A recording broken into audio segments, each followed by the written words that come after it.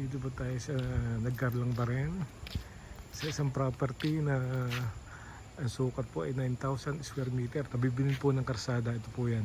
Ang dami rin po lansones, niyog, may saging po, 9,000 square meter. Kalapit po ito ng resort. Yan. Ito po ay binibenta ng 1,000 per square meter. Tabi po ng karsada. Ito po ay titulado. Po, ang ganda pa, platinum. Meron pang konting slope. Ayan po.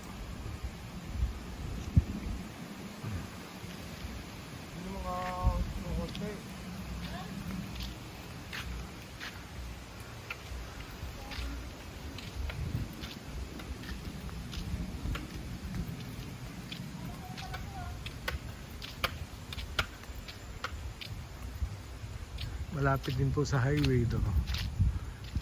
Ito po yung lansones. Ang dami po lansones. Niyog. May ilang puno ng ito ng guyabano. Saging. Ito pong kaperasong ito ay sa kapalan ng property. Ito kabila ng karsada. Ito po yung kalawakan.